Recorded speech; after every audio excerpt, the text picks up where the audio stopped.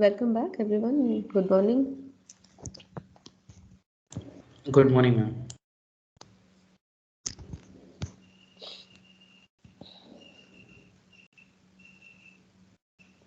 Okay, so I will very quickly do a recap of where we left in the last class so that you can also recollect what we were doing and we can also relate to what we would be discussing in today's class. So essentially, we have started doing environmental justice, and we have also begun with some of the theoretical positions coming up from some environmental historians, environmental sociologists. So we discussed about one specific book which I have also shared with all of you. This book is written by Ramchandra Guha, who is a very eminent environmental historian.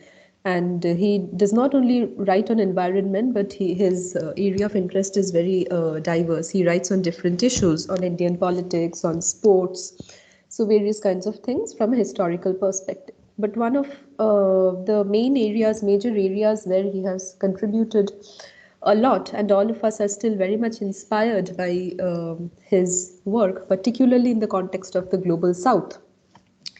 And we were talking about this book, which is written by both Juan Martinez Elier and Ramchandra Guha, both of them very renowned for their work on southern environmentalism. And we were trying to see that they are talking about two distinct varieties of environmental concerns, about environmental activism. One is essentially something that they call the northern environmentalism, and the other one that they call the southern environmentalism.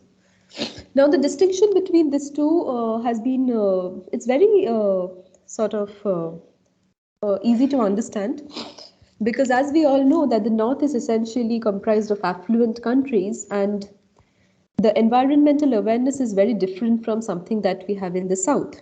And the difference is primarily in terms of the fact that in countries like ours, resources are very integrally related to livelihood issues. So we can see that a lot of communities depend on environmental resources for their subsistence. And this is something that is comparatively much lesser in the northern context. So while talking about environmental conservation, northern conservationists would largely be of the idea that nature should be left pristine, and any kind of community interventions, any kind of community associations with nature should be abundant.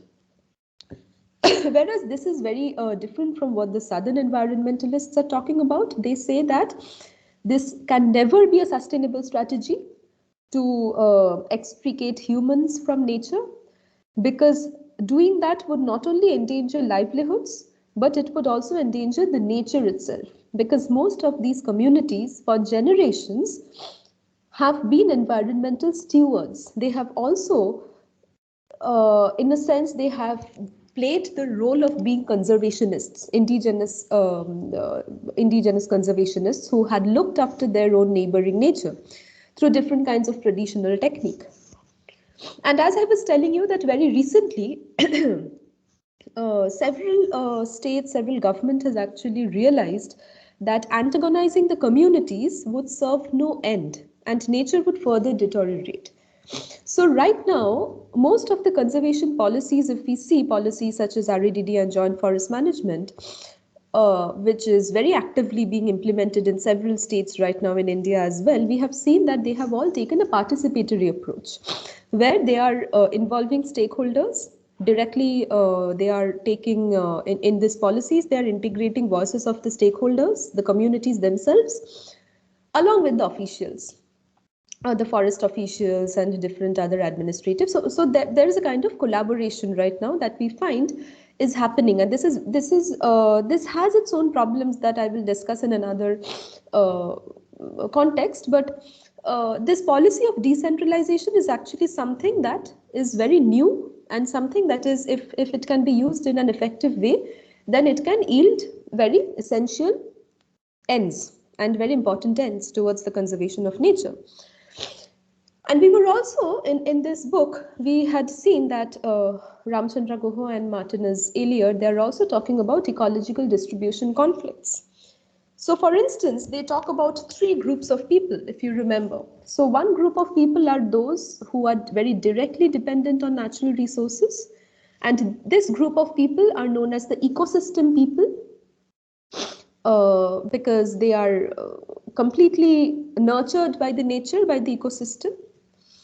But they are extremely sort of in a position of disadvantage because they are continually being dispossessed.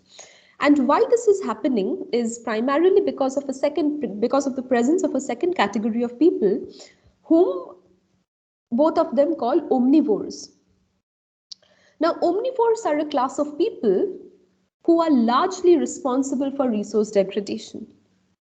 So most of the commercialists, most of the industrialists, urban elites, who usually have a very who usually neglect environmental concerns, and the trade-offs in this process of neglect of the environmental concern are being borne by the ecosystem people. Because as resources are being depredated by the omnivores, as they are more and more intensively consuming the resources, the same is getting scarce for the communities who are in need of them. And this is actually giving rise to a third category of people that they are talking about, and these people are known as the ecological refugees.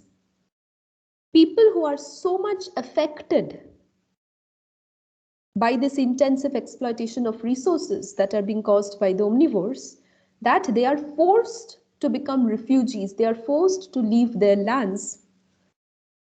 They are forced to leave their native places and migrate to other distant areas, which is extremely difficult for all of them to cope with in these areas, because they do not have sufficient employment opportunities. It's not also very difficult to adjust to such circumstances.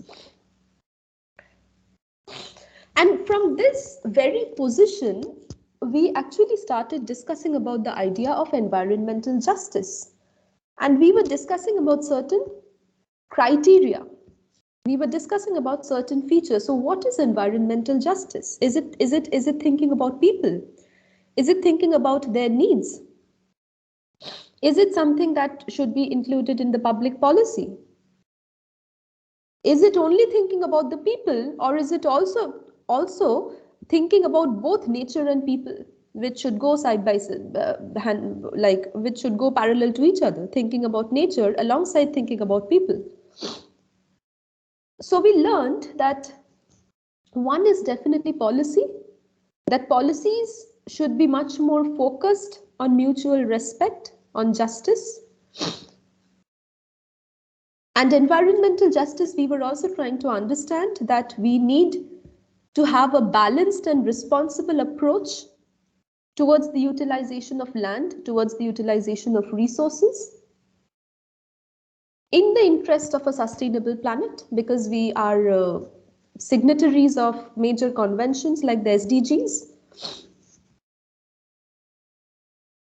We've also discussed that we need to, in many of the policies, we also need to think about not only the protection of people who are moneyed, who are rich, but we should also think about universal protection of people from different kinds of effects, from the effects of toxic or hazardous wastes, from the effect of poisons that are contaminating water bodies, from the effects of extractive activities. And none of these can be achieved if we do not have participation from all levels of the society. If we do not have stakeholders who are considered to be equal partners at all levels of the decision-making process, like assessment, like planning, like implementation, like enforcement.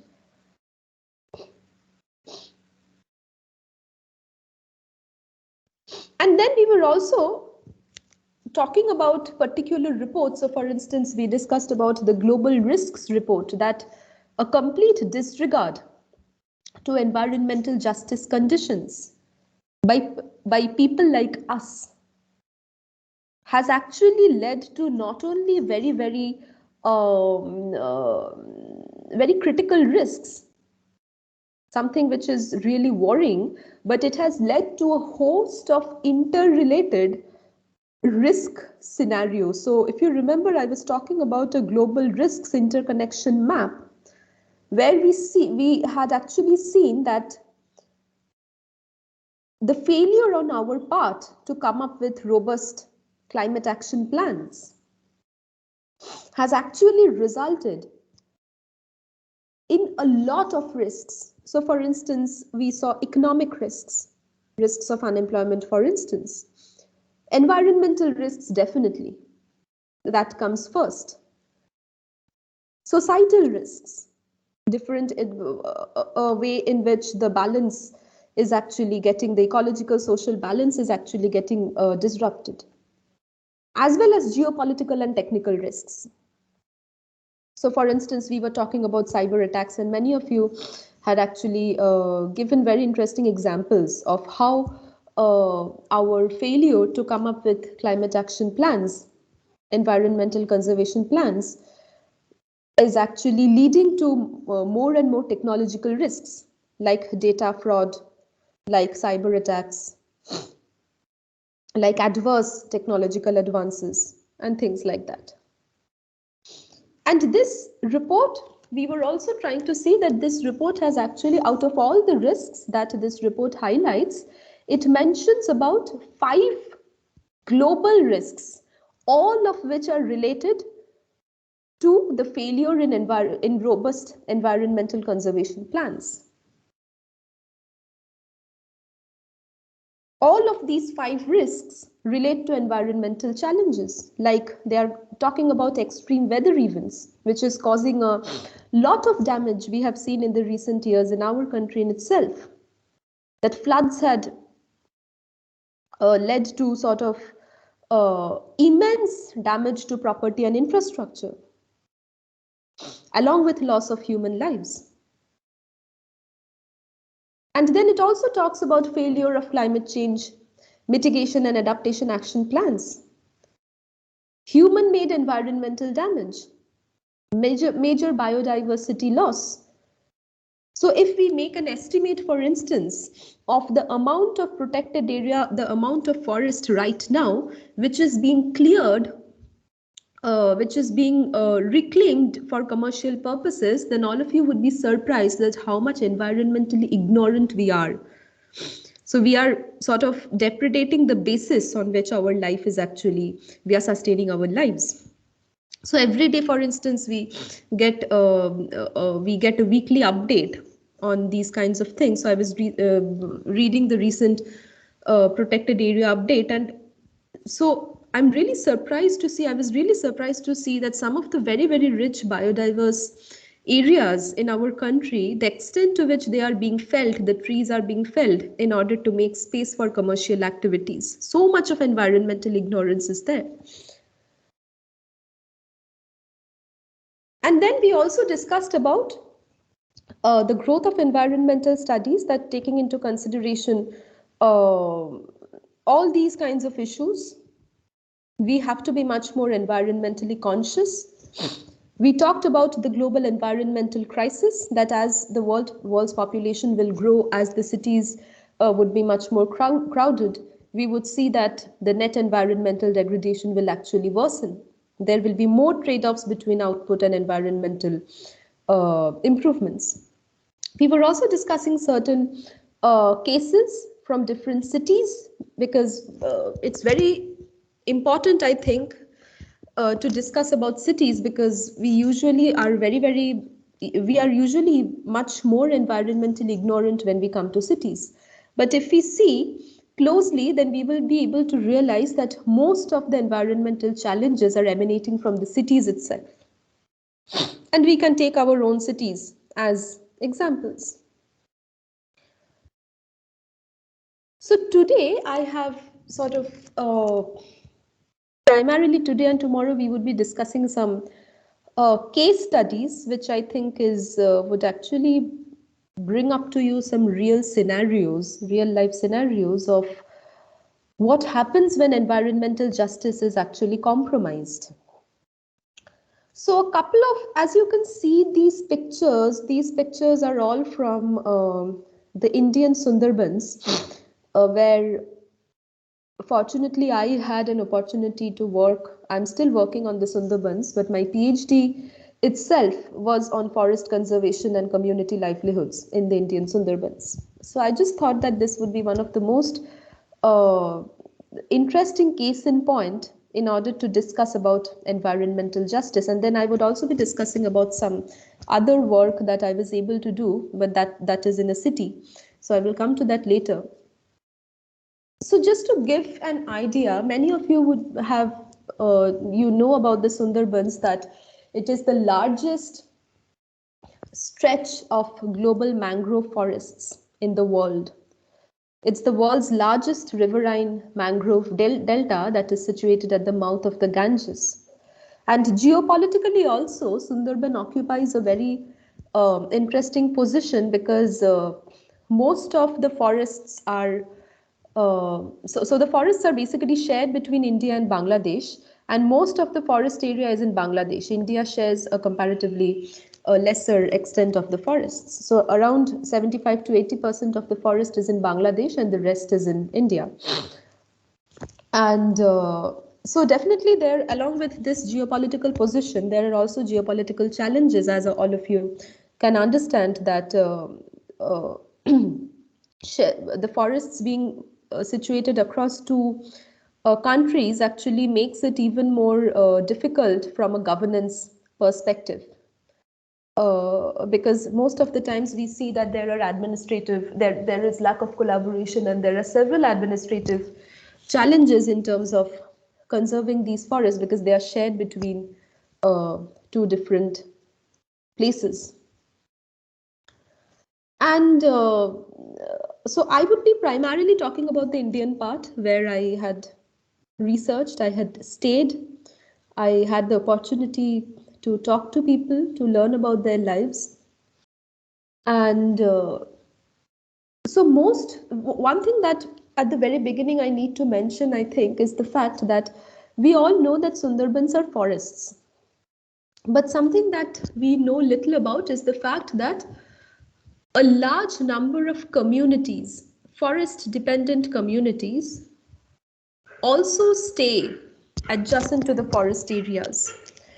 So these inhabited areas are largely located across the two districts, North 24 Parganas and South 24 Parganas in West Bengal. And people who are staying in both these districts, people who are staying close to the forests, are largely dependent on the forest resources for their survival. And as you might be reading the recent newspaper reports, that Sundarban faces a lot of challenges. So one is definitely the challenge of climate change. Every year we can see that there is some kind of a cyclone, some kind of a natural disaster which is affecting the Sundarbans. And this entire body of literature which talks about the environmental assessment in the region actually says that this ecological stress would, at a time will come when Sundarbans would completely be submerged. And if Sundarbans is submerged, the nature of risk that we would be confronting would be immense.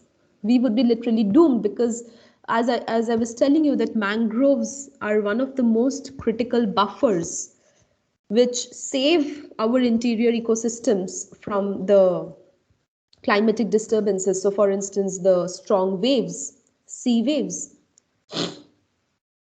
And so, as I was saying, that there are a large number of people who actually depend on the Sundarban forests, and many of you know that Sundarbans also is the largest habitat of the Royal Bengal tiger, and it's a very difficult scenario because people who venture inside the forests, many of them are killed by the tiger when they go inside the forest rivers in order to fish, when they go inside the forest to collect honey. A lot of human lives are being taken away. But still, people are so poor that they do not have other option. They do not have any other options for livelihood. But although in the recent years we can see that a large number of people are migrating from the islands to the other places, but still there are communities a large number of communities who actually cannot do that, who cannot migrate to the cities because they do not have that level of expertise to go and do something else in the cities. And that is why, risking their lives every day, they enter the forest, and a lot of lives are actually sort of lost because of tiger attacks. And there is no compensation, there is no hand holding from the government, from the forest department. Even if in the rarest of rare cases people get compensation, a large chunk of it goes towards the political parties, the local political goons and political leaders.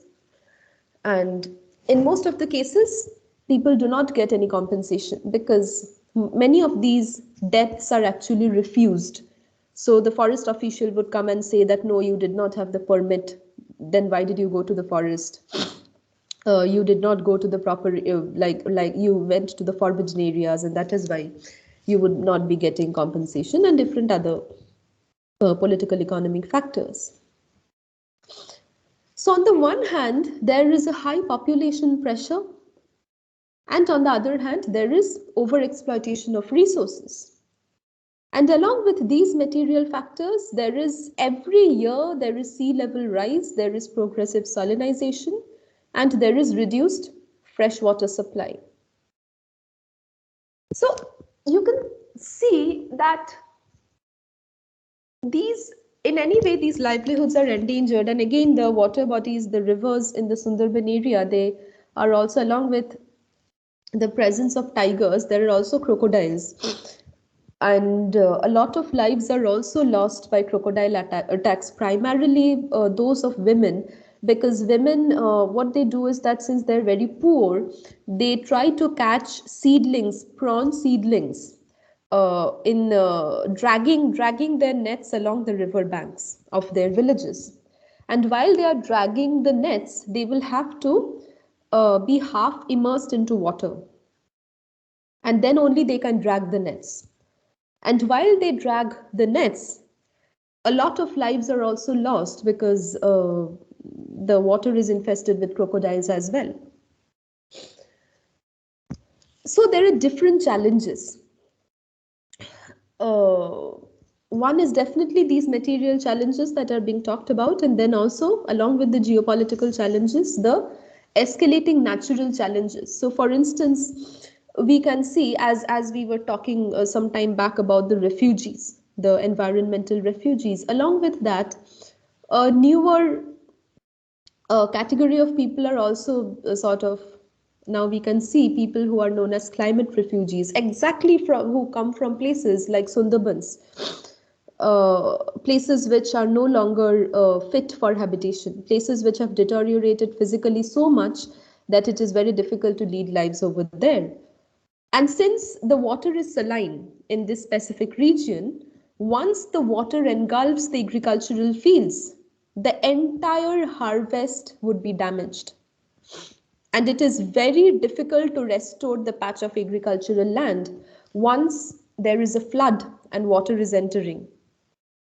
And this specific phenomenon is happening every year in the region. A lot of land area, agricultural land area which is under agriculture, is actually getting destroyed because of the effects of flood and salinity. Saline water is entering, and this is forcing a large number of people to sort of vacate these places, vacate their homes, and they are sort of forced to flee.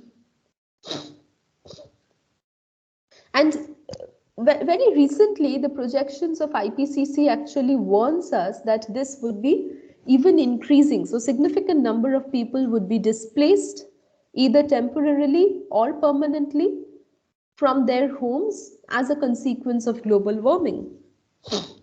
In the Sundarbans, for instance, every year we see that there is a certain amount of sort of sea level rise temperatures are increasing. And this is actually one of the worst forms of human crisis, that it has been told so that around 70,000 people out of the, I think, around 4 million people living in the Indian Sundarbans would be absolutely rendered homeless, and they would be converted to climate refugees. Right now, as well, we can see that in cities like Calcutta, as well as in distant cities like Bangalore, Bombay, a lot of people have migrated as laborers. And a lot of other people would be absolutely rendered homeless, and it would also be very difficult for the cities to engulf these refugees within their. So it is actually something which would happen naturally, that if people are becoming climate refugees, then where would they go? They would naturally go to the neighborhood cities. But how do the cities accommodate this ever increasing number of climate refugees? It's again a very escalating challenge for the cities as well.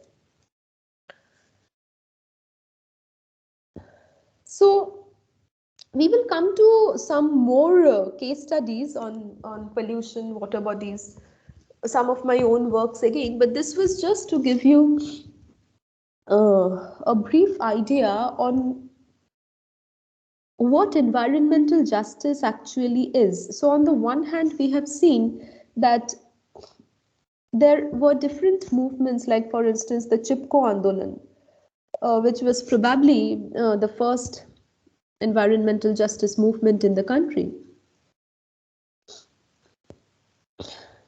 But then there is also, right now, the shades of these environmental movements have also become a little different. So for instance, if we see movements like Chipko, it was largely a campaign against the felling of trees, against livelihoods. But right now, with environmental challenges intensifying a lot, I feel that the texture of these movements have transformed a lot. So right now, along with environmental concerns, along with concerns for livelihoods, a lot of socio-political issues have also surfaced. Issues like, as we were discussing, about migration, which again leads to a lot of political economic problems. So while in a course like environmental sociology, which is usually concerned with the reciprocal relationships within environment and society, I think we also need a bit of problematization. As I keep on saying, that environmental justice does not only mean justice for communities, but it means justice for both environment as well as society, as well as communities, in an interrelated way. So in a sense, doing courses like environmental sociology would actually need a bit of problematization. Problematization of these very neat distinctions between the society and the environment. So we cannot say, we have to reject this idea that environment and society, these two are very distinct from each other. These two are very distinct analytical categories. For instance, recent work, if we say, about climate change has focused a lot on political networks, have focused a lot on practical relevance of policy making. What kind of role the activists are playing? What is the kinds of role that different institutions have with regard to environmental challenges? And most of these issues, even if they are environmental issues, they are largely socially and politically constructed. So we would come to some perspectives again, a couple of them that I just need to teach you about before we discuss other case studies. So there are different uh, perspectives, or I would say that there are different standpoints that each of these uh, domains, so for instance, deep ecology would be thinking about environment but in a very different way. Cultural ecology would be thinking about environment but in a different very different way. Urban ecology would again be thinking about environment but in a very different way. So always remember that all of these perspectives, they are thinking about environmental conservation only, but their approaches are very different. As I was saying, that we somewhere we need a problematization. We cannot say that these are very neat analytical categories that we are dealing with. So we will start with one idea which resembles a lot, I would say, uh, the perspectives that northern environmentalists have been talking about. So this is something that is known as deep ecology. And this deep ecology is definitely, it is again one environmental movement which was initiated by a philosopher, a Norwegian philosopher whose name was Arne Naess, primarily in the 1972-1973. And he had, so this movement essentially gained momentum with the fact that he demanded that there should be some kind of radical change in people's relationship with nature. So he wanted to ask, so why it is called deep ecology is because he wanted to ask some deeper questions about the place of human life. So one thing that he calls, and this is again one term that we hear quite a lot in today's days. This term is known as anthropocentrism. Anthropocentrism means human centeredness. So what he says is that this human centeredness is actually problematic. It is actually a misguided way of seeing things. But rather, he says that we need to adopt an ecocentric attitude.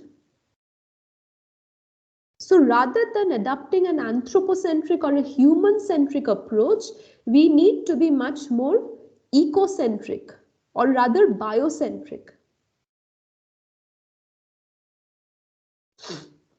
And this would need a bit of consciousness, because there is something that is known as biocentric egalitarianism. That is, people always, like it was his belief that people have to somewhere change their relationship to nature from one that values nature solely for its usefulness. So he found it very problematic that why should we only think about nature because nature is useful to us, because nature is providing us with resources, because nature is providing us with shelter. Can't we recognize the inherent value of nature rather than being so utilitarian? So this is something he believed that this is something that would be problematic, that if we are only taking an utilitarian view of nature, that we have to save nature because we are dependent on nature for livelihoods, that would be problematic. We have to somewhere realize that nature in itself has its own value. Just as we value ourselves, similarly nature has its own value. And this attitude of anthropocentrism or human centrism, where we continuously try to think that we are the conqueror of nature, that we can conquer almost everything, has actually led to environmental degradation throughout the world. And this attitude should be changed. This attitude should be replaced by a much more ecologically conscious, ecologically centered, biocentered worldviews, where our planet, the intrinsic inherent value of our planet, should be the main focus of concern, extricated from any kind of utilitarian value that we most often sort of attach to that of nature. Now, this is what his view is, and this is what he calls deep ecology. This is one perspective. Now, let's put it aside for some time and talk about another perspective.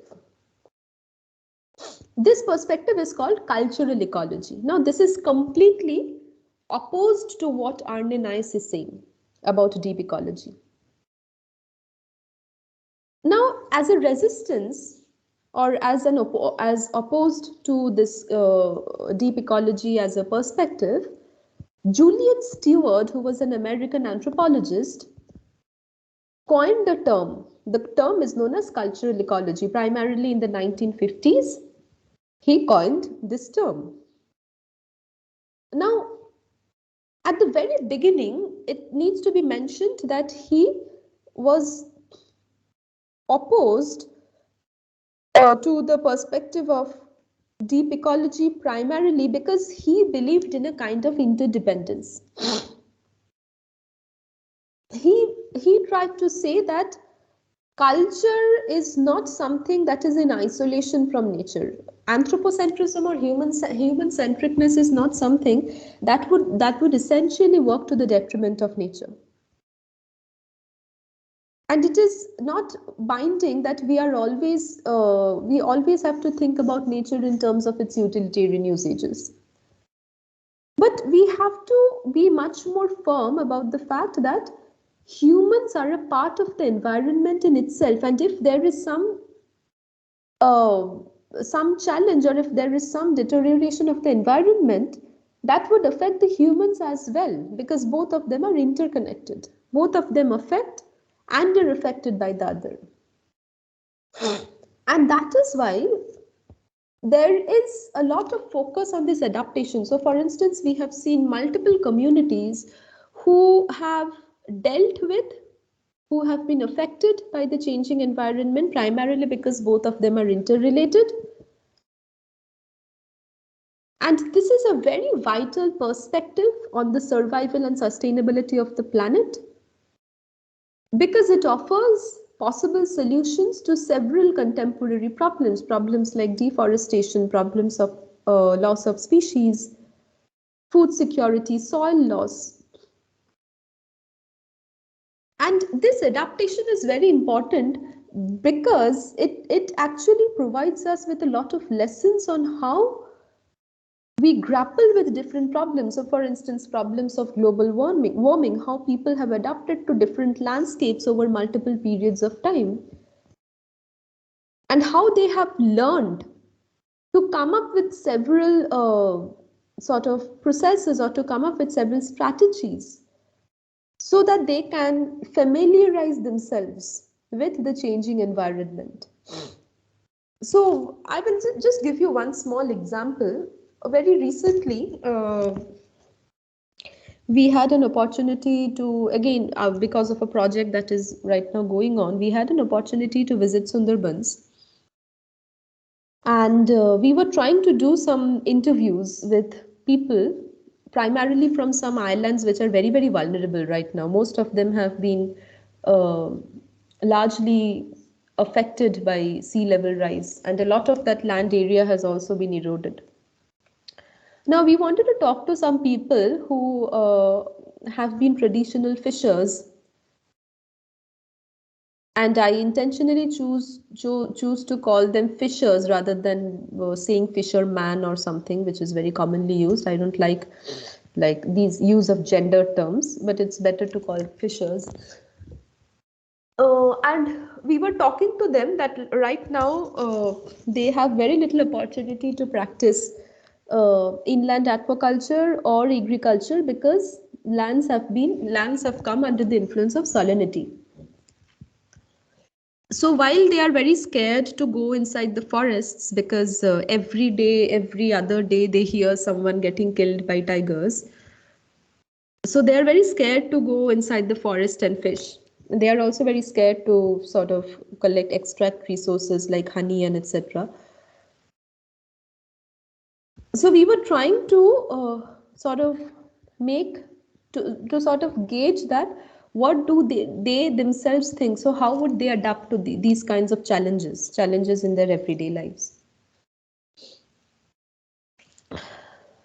So then they were trying to say that we have been a part of this hostile landscape for a very long period of time. Right now we have been here, so we know that right now the problem has even escalated, but we every time we have devised some strategy or the other to adapt to the hostile environment. So for instance, if there is a flood, what we do is that for a month or so we stay on our boats, and then as the water recedes we come back to our homes. So they were trying to talk essentially about different techniques which might sound very rudimentary, but one issue that they had is was the fact that they do not have the necessary hand holding. So these rudimentary strategies or techniques which they have in mind cannot be established or cannot be implemented because there is no infrastructure to do so. So for instance, they were talking about the fact that even if we are gathering fish, there is no storage facility that is available because there are electricity issues. There is no electricity in these islands. So how do we store the fish? So we need a bit of hand holding, which currently is not there. So although we have strategies in mind, although we have alternatives, although we can think, we can collectively brainstorm about a lot of adaptation techniques, but we need a bit of formalization. That needs a bit of institutionalization in order to make them relevant for our lives and livelihoods. This is just to give you an example of adaptation, that perspectives like deep ecology face a lot of criticism because they think that nature and culture are distinct entities, and they are sort of while it is true that to a certain extent it is true that we have a very utilitarian view of nature nowadays, but it also has to be contradicted. This fact has to be contradicted that this utilitarianism have always resulted in adverse effects. So people who are dependent on a particular resource would definitely be much more interested to conserve that. And the last perspective that I just wanted to discuss about, some that is not we, as I was telling you, that we do not usually talk about ecology in the urban. Uh, so this is again a very new perspective which emerged mostly in the 1990s with the growing concepts of ecological footprints, and the theoretical roots would largely lie in a bit of resilience thinking, which considers cities as complex adaptive systems characterized by uncertainty, characterized by change and surprise. But critically urban ecologists right now are trying to argue more and more about the fact that cities at some point or the other have to offer much better stewardship of ecosystems inside and outside their borders. So we cannot always sort of think about development being completely ignorant to urban ecology. We cannot obliterate our water bodies and build bus stands on that. We cannot obliterate our water bodies and bring up a stadium on that. We cannot obliterate a specific green cover in the city and make high-rise apartments in that space.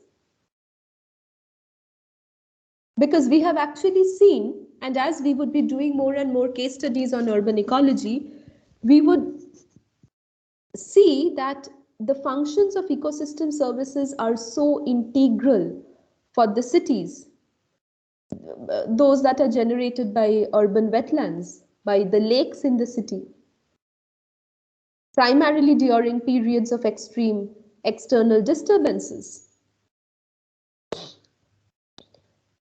So I would like to end this topic on environmental justice by offering a few key highlights and sharing one or two of my own field explorations. So we have learned so far that we have sort of internalized that environmental risks are not only risks in themselves, but they are very unevenly distributed across groups of people. Age, poverty, and minority status place some groups at disproportionately higher risks for environmental disease, and such groups are exposed to hazardous chemicals or environmental conditions at levels well above those for the general population. And disparities, this is also very much related to health. Disparities in access to health information and health care are very critical aspects of the disproportionate burden faced by vulnerable communities. Poor access to health information and health care also means less health promotion, less risk avoidance, a less healthy diet, and more adverse conditions that increase susceptibility to risk. So we have seen, for instance, as we discussed all these while, that recent immigrants, they have hazardous jobs, low paying jobs, they occupy crowded and deteriorating housing, they experience economic and social stressors, they have less access to information and healthcare. For example, something that we would be doing shortly is the issue of pollution. So, plastic pollution disproportionately affects marginal communities and communities living in close proximity to plastic production and waste sites. Plastic waste does not only threaten livelihoods, but it can lead to a raft of health issues for people who consume food infested with toxic micro and nanoplastics. So finally, I will come to one article that I had the opportunity to write a couple of years back. Couple of years, I mean, I think I wrote this in 2019, and this is primarily about the adverse impacts of a landfill site in Bangalore, which is known as Mavallipura. As you can see the pictures of the dirt, the amount of waste that is there. Uh, so Bangalore is just one example, but I think that every Indian city has this something which looks like a man-made mountain of waste, which is usually generated in our own homes and which is emitted somewhere else, which is disposed somewhere else. And right now we see that there are several policies that the government has come up. So all of you know about the Swachh Bharat mission, which has a very ambitious program towards making Indian cities cleaner. So some of these case studies would actually offer policies such as the Swachh Bharat much better ways to think about waste management, as well as to come up with policies, to come up with strategies uh, which can take a much more universal and holistic approach. So rather than only talking about waste management in the elite corners of the city, some of these lessons can actually enable policies much more to look into the other vulnerable communities who are sort of uh, affected much more by the impact of these kinds of landfill and pungent smell, pollution, and things like that. So we find a couple of landfills. So, for instance, the Bhalswa landfill, which is located in northwest Delhi, that is one. Then in Bombay as well. In around so Bombay has around 256 slums and several resettlement colonies, and then in Kolkata as well, the Dhapa, where which is sort of again situated in a place in a close proximity to the poor residents. Most of these landfill areas and the adjoining sort of places have actually indicated very high levels of toxic contaminants, which has rendered the water very high, like sort of at escalated risks of danger. And most of these households, so for instance, they face a very inadequate supply of clean water because of these issues and lack of proper sanitation, poor health, higher disease incidences, which is again linked to inadequate service provision.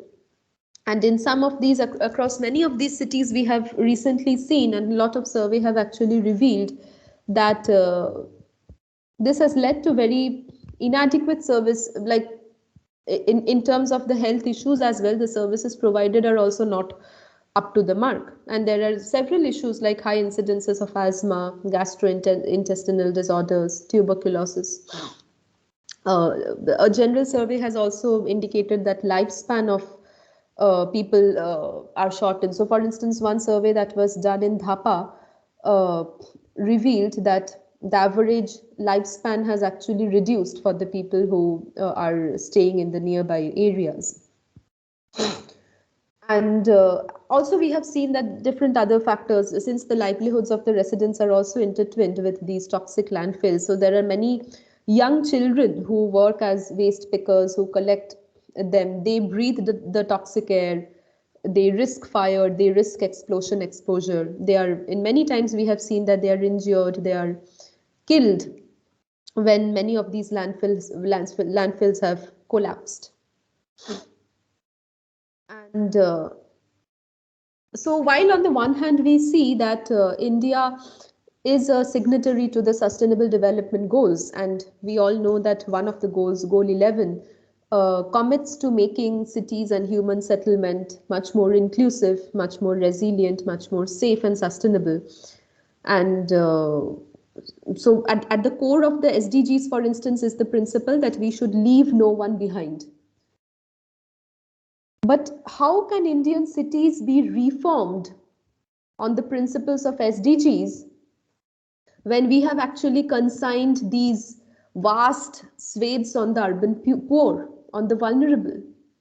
We have left them to live and work in toxic, hazardous dump sites. How can we think about sustainable cities? How can we think about the fact that we are leaving no one behind? We are leaving the most vulnerable people behind.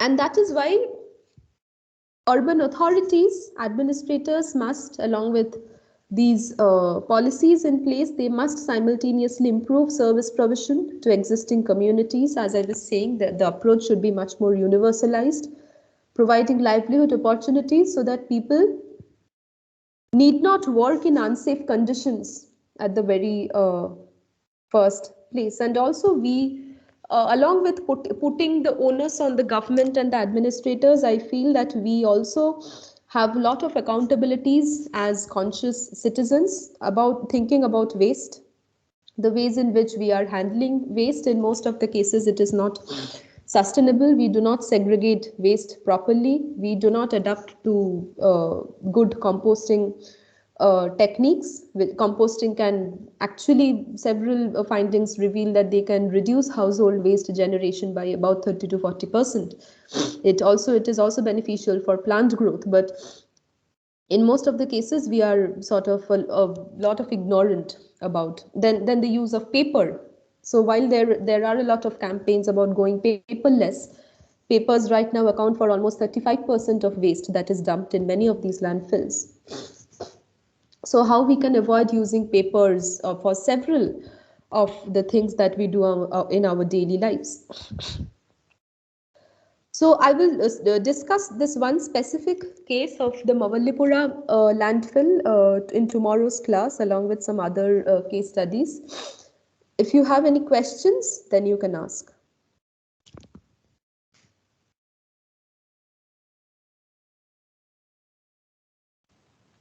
Excuse me, ma'am. Yes. Can you shift to that slide, which was like key highlights of something? No, I'm the other one. Yeah. The second point, the age, poverty, and the minority status. What exactly is this minority status? In terms Minority of what? status in the sense like the caste minorities, the class minorities, the racial minorities, primarily those who are located in vulnerable locations in the city. But how does racial minority uh, kind of implies the disproportionate? So if there is migration of racial communities from one place to another, I'm talking about those racial minorities who are marginalized. So if there is any kind of climate incidents, and these, if they become vulnerable, they would instantly not be located in places which are sort of very advantageous. So they would not be located in places which are there in better interiors.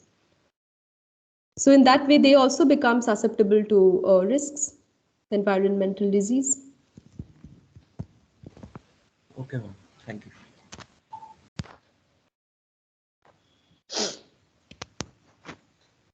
Yes, any questions?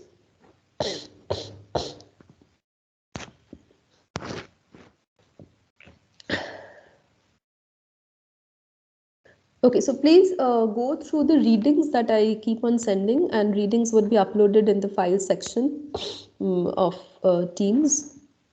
And if you have any questions, then please come up with that. Okay, so we will meet tomorrow. Thank you.